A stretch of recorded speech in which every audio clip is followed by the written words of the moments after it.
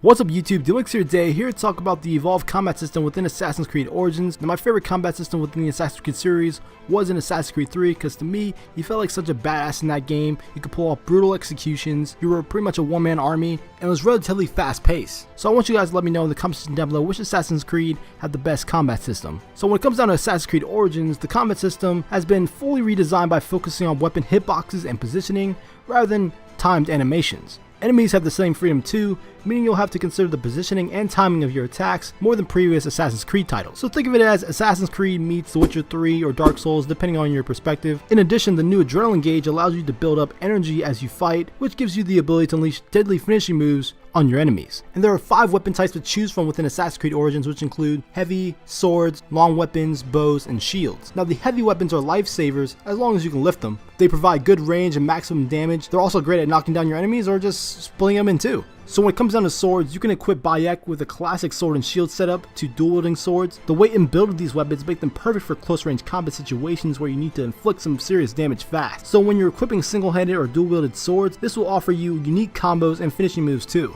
So when you need long range with some quickness, pick up a scepter or a spear and go to town. Whether you're swinging them or thrusting them, these do more damage than you might think, especially as you level your weapon up the more you play. Now the bow is critical to your arsenal as an assassin because it gives you the freedom to alternate freely between short range and long range combat. You'll also be able to choose between various types of bows that will affect your long range abilities, such as the warrior bow, which can fire multiple arrows at once, or the predator bow that allows you to alter the trajectory of your arrows mid-flight. And then there are shields which can be found throughout your journey, which can be used to defend from incoming melee attacks, to bash enemies face in, or catch arrows to refill your quiver. So knowing that there will be countless weapons scattered across ancient Egypt, each weapon will have different ability levels of rarity and strength. And there are 3 levels of weapon variety: common, rare, and legendary.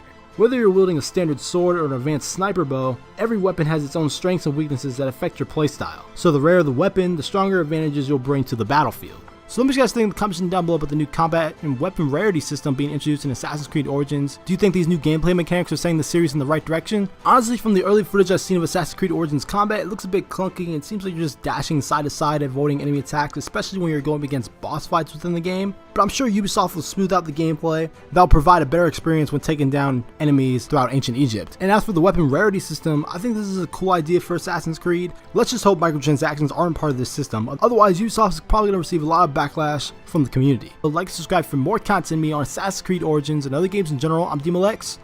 I'll see you in the future.